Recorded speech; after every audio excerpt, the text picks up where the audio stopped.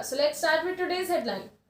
Indian Council of Medical Research Director General Balram Bhargava said at the media briefing on Thursday that India is not in community transmission. We have to continue with our strategy of testing, tracing, tracking, quarantine and containment measures. We should not give up our guard on these, he said.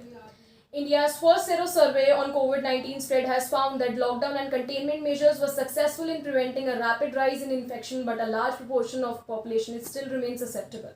The government said on Thursday, asserting that the country is not in the community transmission stage.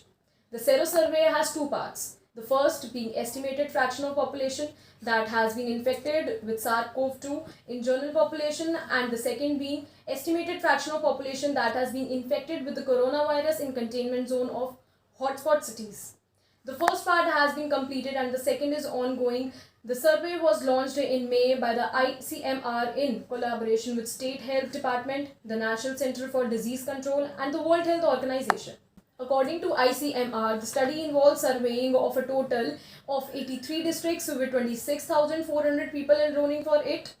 The figure that was shared with the media stated that data from 65 districts has been compiled till now. The Sero survey has found that 0.73% of the population in the district survey had evidence of past exposure to SARS-CoV, Bhargava said.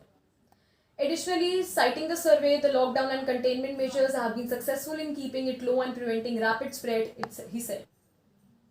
However, it measures that a large proportion of the population is still susceptible and the risk of a higher in urban areas and urban slums than rural areas, Bhargava said. It is found that infection fatality is very low at 0.08% and infection in containment zone were found to be high and significant variation.